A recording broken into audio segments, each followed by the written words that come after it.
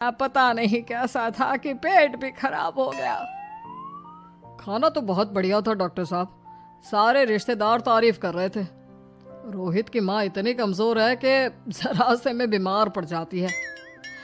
Doctor साहब आप सारी जांच करके देखिए, मुझे ऐसी क्या बीमारी है कि मेरी तबीयत ठीक ही नहीं रहती। फिलहाल तो ज्यादा कुछ नहीं है, पहले आपके जुकाम बुखार और पेट का इलाज कर लेते हैं, फिर बाकी के टेस्ट करवा लेंगे। अभी आप ये दवाइयाँ ले आइए। पिताजी मैं डॉक्टर साहब को छोड़कर और दवाइयाँ लेकर आता हूँ। माँ जी तो बीमार थी, इसलिए नेहा ने किचन संभाल लिया। माँ जी अब आपकी तबीयत कैसी है? पहले से ठीक है।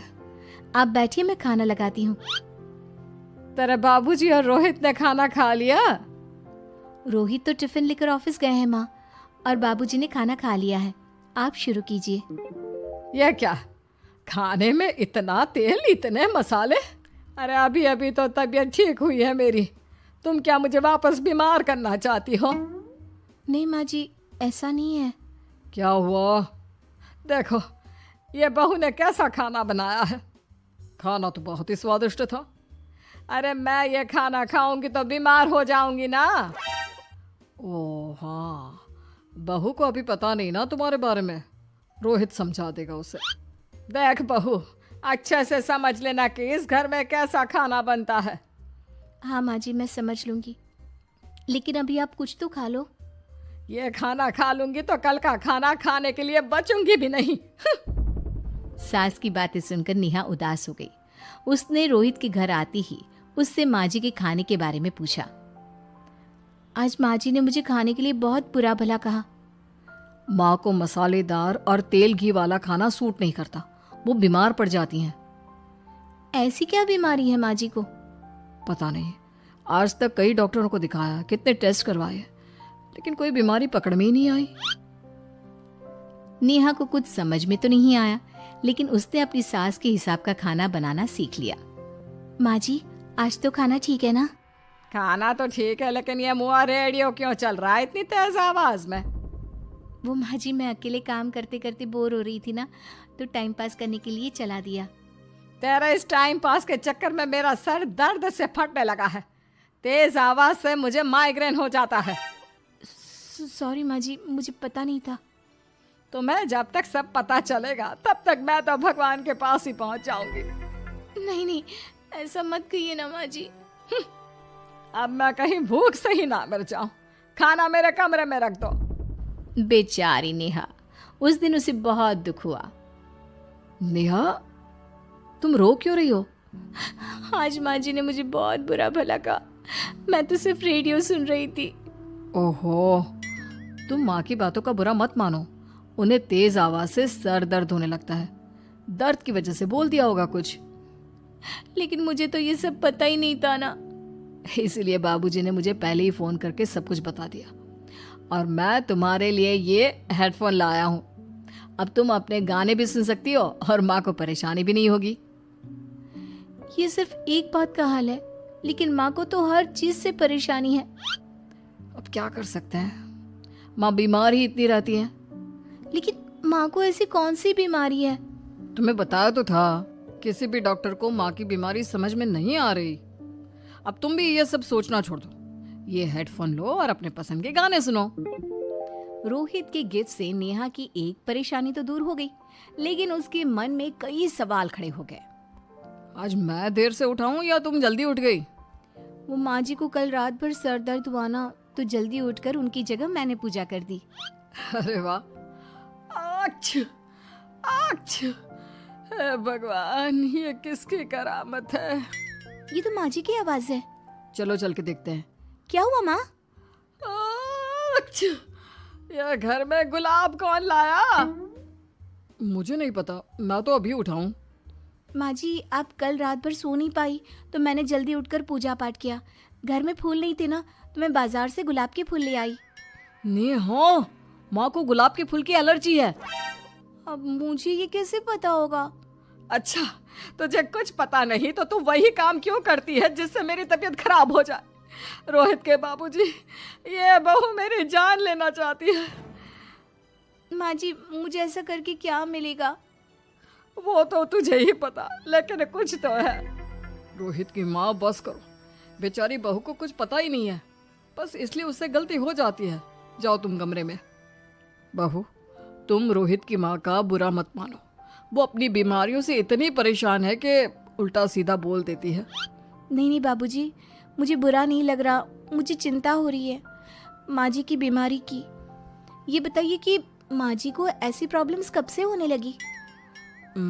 शादी के 6-7 महीने बाद से। बाबूजी, तब घर का माहौल कैसा था? अरे भरा पूरा परिवार था। मेरे बाबूजी, माँ, काका, काकी, मेरे दोनों बड़े भाई, दोनों भाभियाँ, दोनों के 2-2 बच्चे हैं, एक छोटा भाई और एक बहन, सब साथ रहते थे। इतना बड़ा परिवार? हाँ, मैं जब 10 साल का हुआ ना, तब पापा का ट्रांसफर यहाँ हुआ। उसके पहले तक तो हमारी जॉइंट फैमिली ही थी। और माँ जी किस चीज से बीमार पड़ जाती हैं? जब तेज गर्मी हो, ठंड हो या ज्यादा बरसात हो जाए।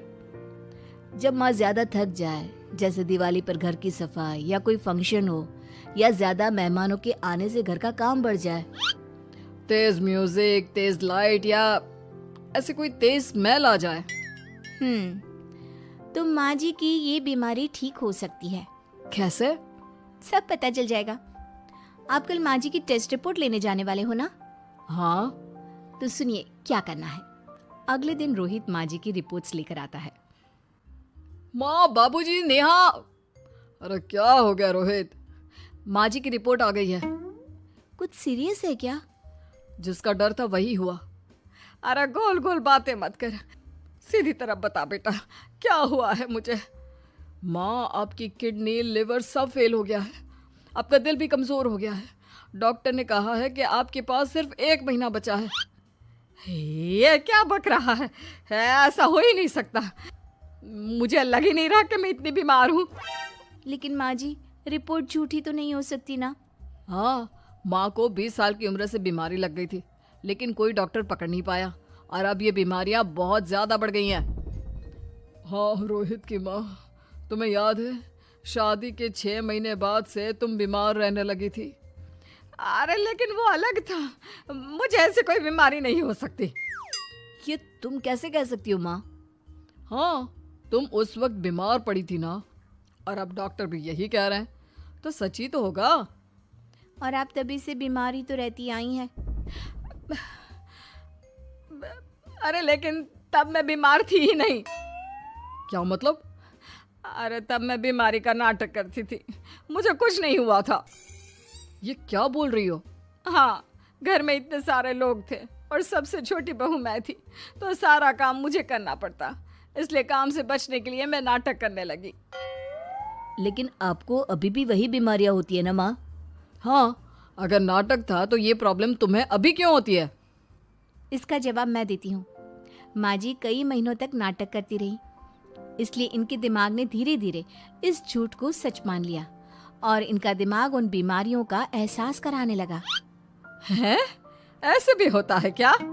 हाँ माँ जी, इसे प्लेसिबो इफेक्ट कहते हैं। जब आप बात बात पर बीमार पड़ने लगी तो मैंने अपने मामा से बात की जो एक साइकोलॉजिस्ट है। उन्होंने बताया मुझे। तो ये रिपोर्ट्स? मैंने झूठी रिपोर्ट बनवाई थी नेहा के कहने पर, ताकि आप सच बताएं। यानी मुझे कुछ नहीं हुआ? नहीं माँ जी, और आपकी इस प्रॉब्लम का भी सलूशन है। हम किसी अच्छे साइकोलॉजिस्ट को दिखाएंगे और आप जल्द ही ठीक हो जाएंगी। वाह बहू, मैंने तुझे इतना भला बुरा कहा और तूने मेरी जिंदगी भर की तकलीफें दूर कर दी। थैंक यू और सॉरी बहू। अरे मुझे भी तो सॉरी कहो, पूरी जिंदगी तुम्हारी सेवा की है, वो भी झूठ मूठ की बीमारी के लिए। हाँ हाँ, आप भी माफ कर दो मुझे, बस सॉरी। तो इस तरह नेहा ने अपनी सास की बीमारी पकड़ भी ली और ठीक भी कर दी।